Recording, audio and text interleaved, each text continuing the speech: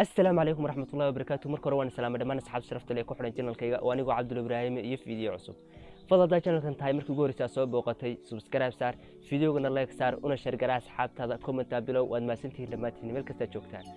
hadaba maanta waxaan rabaa intaan u sii gudagelin maanta videoga inii wado inaan siiyo laba qof shoot out labadaas qof ama labada channel oo kala ah channelkan iyo channelkan fadada waxa ku leeyahay soo booqa labada channel ruuxaantii hadana Soomaalihan saawin mid kale in caawinaysa وشمكيان بين عاونية معد كلاين عاون سوامية مركز تعاون هذا نهاي الصومالي وحنا رجينا هنا صوب قدوتي لوضع جنال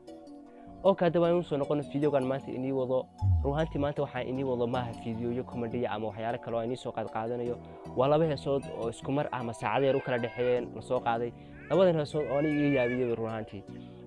مركز هراء هستن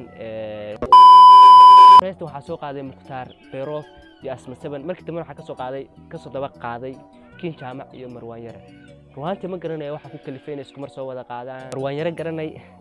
marwaan yare waxa uu maleeyaa inuu socdo aarsi sababtoo ah hees maalaha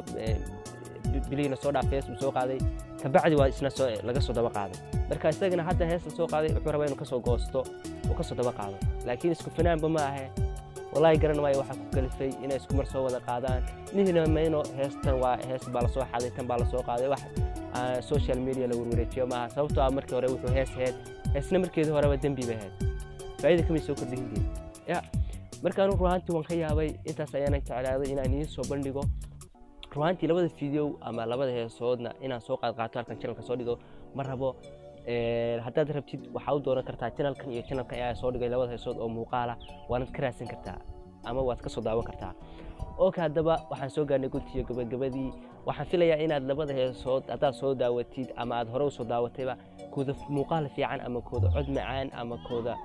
si kasta u habeesan ama kooda leh inaad xaq hoose comment-iga igu soo hadii aad u baahan tahay inaan share ku siina fadlan comment-iga ka muuqaal saan ku arko kuna soo qaato kuna siiyo waad maasantiin dhamaantiin intaas ayaan soo bandhigay fadlan channelka cusub tahay ama tahay markii koobaad aad soo booqatay mar labaad subscribe saar videoga like u share garee comment below waa maasantiin dhamaantiin